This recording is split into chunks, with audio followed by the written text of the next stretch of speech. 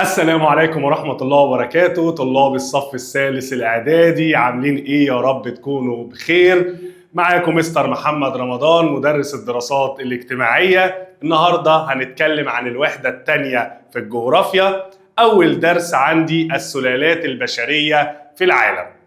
طبعا عرفنا إن الإنسان أو البشر في العالم كلهم مش شكل واحد ولا لون واحد. هنا بقى هعرفك بداية انتشار الإنسان على سطح الأرض وتكوين السلالات البشرية. أول حاجة عندي بدأ انتشار الإنسان في قارات العالم القديم، طبعا خاصة أو في قارات العالم القديم منذ أواخر عصر اسمه عصر البلايستوسين. الإنسان انتشر في الفترة دي وسمينا العصر ده بعصر البلايستوسين. نشأت السلالات البشرية بما تفسر هي ليه نشأت أصلا السلالات البشرية؟ بسبب استقرار الإنسان في بيئات مختلفة فأثر فيها وتأثر بها. الإنسان أول ما انتشر ابتدى يقعد في بيئات مختلفة، البيئة تأثر فيه وهو يأثر فيها. يعني إيه سلالة بشرية؟ سلالة بشرية هي مجموعة بشرية، مجموعة من البشر تتشابه في صفاتها الجسمية. مجموعة من البشر تتشابه في صفاتها الجسمية الخارجية. تمام؟ يبقى لما أقول السلالة البشرية هي مجموعة بشرية تتشابه في صفاتها الجسمية الخارجية. نمسك بقى السلالات. عندي السلالات الرئيسية في العالم. عندي سلالة اسمها السلالة القوقازية ودي تبلغ نسبتها 50% في العالم. عندي السلالة الزنجية ودي 10% بس. وعندي السلالة المغولية وهي 40% من سكان العالم. يبقى أنا كده عندي كام سلالة؟ 3 سلالات. نمسك سلالة. السلالة الزنجية. مين السلالة الزنجية دي؟ وبتتميز بإيه؟ أول حاجة تمتاز بالبشرة الداكنة والشعر الأجعد والشفاه الغليظة والأنف العريض. تبلغ حوالي 10% فقط من جملة سكان العالم. طب بتتركز فين؟ موجودة فين؟ تتركز السلالة الزنجية بالقرب من خط الاستواء في قارة إفريقيا، وتمثل حوالي 70% من سكان إفريقيا. هم في العالم كلهم 10% بس سلالة زنجية. طب قارة أفريقيا بس لوحديها كم من الزنوج؟ 70%. وتحتوي أفريقيا على 75% من زنوج العالم. أنواع السلالة الزنجية، حتى السلالات بيبقى برضو ليها أنواع. أول نوع من أنواع السلالة الزنجية هم الزنوج السودانيين. الزنوج السودانيين. تاني نوع البانتو. ثالث نوع النيليون الحاميون. رابع نوع الأقزام. يبقى الأقزام دول ينتموا إلى السلالة الزنجية. عندي البوشمان والهيتنتوت. البوشمان والهيتنتوت دول بينتموا كلهم للسلالة الزنجية. يبقى الزنوج السودانيين، البانتو، النيليون الحاميون، الأقزام، البوشمان والهيتنتوت، كل دول ينتمون إلى السلالة الزنجية. طيب لاحظ إن انتقل عدد كبير من الزنوج إلى الأمريكتين. أنت بتلاقي طبعا في أمريكا الشمالية أو أمريكا الجنوبية مجموعة من الزنوج. طب الناس دي راحت إمتى؟ وراحت إزاي؟ انتقل عدد كبير من الزنوج إلى الأمريكتين وهم يمثلون نسبة كبيرة من السكان. يوجد عدد كبير منهم في دول أوروبا، وحصل كثير منهم على جنسية هذه الدول. طب برضو أنا ما فهمتش هم مش راحوا إزاي هناك؟ تعرض الزنوج إلى حاجة اسمها الهجرة الإجبارية. الهجرة الإجبارية. أيام الاحتلال الإنجليزي وأيام الاستعمار كانوا بياخدوا الزنوج مقيدين مسلسلين وياخدوهم بالعافية يودوهم إلى أوروبا علشان يشتغلوا في مزارع مين؟ الأوروبيين. الأوروبيين والله إحنا مش بنشتغل في الأرض ولا ملناش دعوة بالإيه؟ بالزراعة والكلام ده كله. فيجيبوا مين؟ فيجيبوا الزنوج منين؟ من إفريقيا. تعرض عدد كبير منهم للهجرة الإجبارية إلى الأمريكتين وطبعا وأوروبا والكلام ده كله ضمن تجارة العبيد للعمل في مزارع مين؟ الأوروبيين. يبقى راحوا ليه؟ للعمل في مزارع الأوروبيين. طب راحوا إزاي؟ ضمن الهجرة الإجبارية. نتكلم على السلالة المغولية، تاني سلالة في العالم. مميزاتها تمتاز بالبشرة الصفراء والعيون المنحرفة والشعر الأسود المسترسل. نسبتها تمثل حوالي 40% من سكان العالم. بما تفسر ليه تمثل 40%؟ ليه النسبة كبيرة بتاعتهم؟ لأن النسبة الكبرى من سكان الصين ودول شرق وجنوب شرق آسيا من السلالة المغولية. ما فهمتش برضو ايه المشكلة يعني؟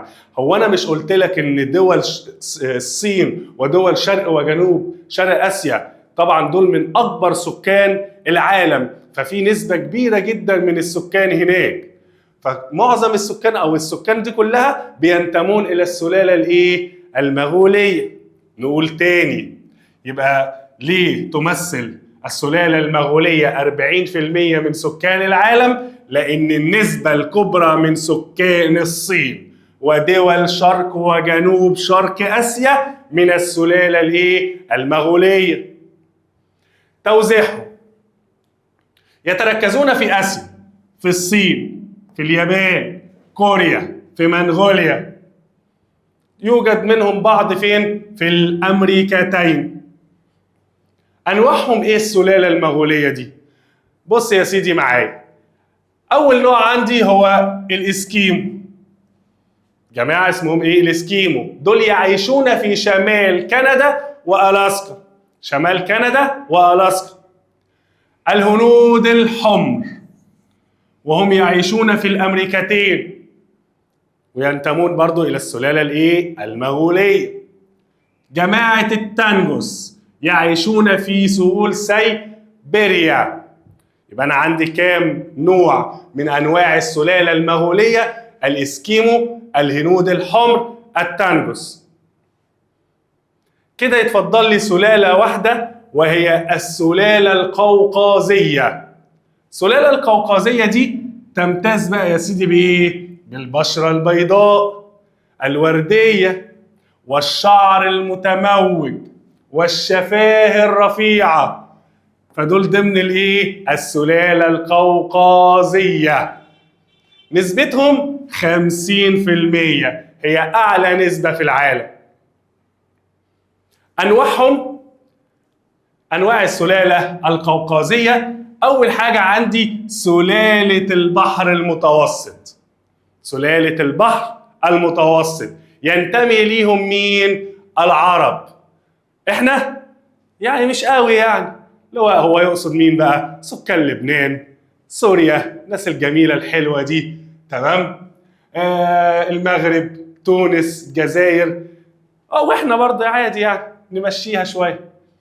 سلالة البحر المتوسط وينتمي لها العرب وعدد كبير من سكان جنوب اوروبا. يبقى هو كده بيقول السكان اللي قاعدين حول البحر المتوسط. السلالة الألبية هم سكان غرب ووسط أوروبا، دول برضو ينتمون للسلالة القوقازية. المجموعة النوردية الشمالية. المجموعة النوردية الشمالية، وده ينتمي لهم معظم سكان دول شمال أوروبا. يبقى أنا عندي كام نوع من السلالة القوقازية؟ 3: سلالة البحر المتوسط، السلالة الألبية، المجموعة النوردية الشمالية. بص يا سيدي بقى معايا، السلالات في الوقت الحاضر الأيام دي بما تفسر عدم وجود سلالة نقية. عدم وجود سلالة نقية، ما بقاش في سلالات نقية زي زمان في الوقت الحاضر إلا في المجتمعات البدائية، الناس اللي عايشة مع نفسها. طب ليه؟ بسبب اختلاط السلالات. بسبب اختلاط السلالات. انت مثلا دلوقتي لما جه الاحتلال، لما جت الدولة العثمانية، اتجوزت منهم وهم اتجوزوا منك وحصل اختلاط للسلالات. انت مثلا ممكن تتجوز حد من المغرب، تتجوز حد من الجزائر، تتجوز حد من امريكا، فبيحصل اختلاط للسلالات. عشان كده بقول لك عدم وجود سلالات نقية. مفيش سلالة نقية إلا في المجتمعات البدائية بسبب اختلاط السلالات واختلاط صفاتهم الطبيعية. طب فين السلالات النقية الموجودة في الوقت الحاضر؟ عندي مثلا سكان حوض الكونغو وصحراء كالهاري بإفريقيا. الناس دي عايشة مع نفسها، ما بيتجوزوش من بره، ما بيدخلوش عليهم حد غريب، فمحافظين على السلالة بتاعتهم، فتلاقي السلالة بتاعتهم نقية نفس النوع. سكان الإسكيمو أو الإسكيمو في صحاري التندرا الباردة فوق خالص شمال كندا، برضو سلالة نقية. الهنود الحمر في غابات وجبال أمريكا الجنوبية ما بيختلطوش بحد، فلسه سلالة نقية. الأستراليون الأصليون، الناس اللي قاعدة في أستراليا الأصليون برضو ما بيختلطوش بحد، فهم سلالات نقية. طيب لما اجي اقول لك ما النتيجة المترتبة على او النتائج المترتبة على الهجرات، طبعا انت مثلا في واحد ممكن يعمل هجرة، يسافر من مصر يروح فرنسا يعيش هناك، يتجوز هناك، يروح ألمانيا، يروح انجلترا، الكلام ده كله. ما النتيجة التي ترتبت على الهجرات بين قارات العالم؟ ايه النتيجة؟ لا توجد دولة نقية، لا توجد دولة واحدة في العالم، مفيش دولة في العالم يتكون شعبها من سلالة واحدة. ما بقاش عندي دولة، أنا عندي جماعات عايشين كده مع نفسهم مثلا في أي مكان، دول سلالة نقية. إنما كدولة ما عنديش دولة واحدة في العالم يتكون شعبها من سلالة واحدة. فمثلا الولايات المتحدة الأمريكية يضم شعبها سلالات مختلفة. بص بقى، عندهم سلالة قوقازية وهم السكان البيض اللي جايين من أوروبا. عندهم السلالة الزنجية وهم السود الذين أخذوا حقوقهم بالكامل كمواطنين. الناس اللي تعرضوا للهجرات زمان والكلام ده كله خلاص دلوقتي بقى واخدين حقوقهم وليهم المميزات بتاعت أي مواطن في الدولة. السلالة المغولية وهم الهنود الحمر الذين يمثلون السكان الأصليون. طب هو أنا ليه بقول عليهم الهنود الحمر؟ زمان لما تم اكتشاف الأمريكتين، اللي راح اكتشف الأمريكتين أصلا هو كان رايح الهند، تمام؟ فهو اتلخبط في الطريق وراح نزل فين؟ راح أمريكا، فأطلق عليهم الهنود الحمر. فعلشان كده بقول عليهم هم السكان الأصليون، أول سكان كانوا موجودين هناك. طب العرب مالهم؟ العرب إحنا بقى العرب ليسوا من سلالة واحد. ارجع كده لجدك وجد جدك والناس القديمة دي، هتلاقي مثلا فيهم واحد تركي، أكيد هتلاقي حد في العيلة عندك تركي، لازم هتلاقي فيهم حد من سوريا، من هنا، تمام؟ لأن العرب ليسوا سلالة واحدة، كلنا مش سلالة واحدة، فالأغلبية من السلالة القوقازية، معظمنا من السلالة القوقازية. ولكن حدث مع الفتوحات اللي هي الحروب والحاجات دي كلها والهجرات اختلاط مع السلالات الايه؟ الاخرى. يبقى ما عنديش سلالة ايه؟ واحد. نلخص من ذلك، اسمع بقى الحتة دي، ان اصل السلالات البشرية واحد. الاصل ايه؟ واحد. وان الاسس التي تم على اساسها التصنيف او التقسيم هي اسس ظاهرية. انا لما جيت اقسم السكان الى سلالات قسمتهم الى اسس ظاهرية، شكل، لون، الكلام ده كله، اجسام كده. يبقى التقسيم تم على اسس ايه؟ ظاهريه. ولا توجد سلاله اكثر ذكاء من سلاله.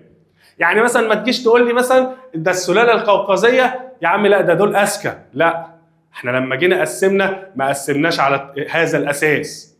لا توجد سلاله اذكى من سلاله، دي حاجه بقى يعني بتاعت ربنا وفي كل بني ادم.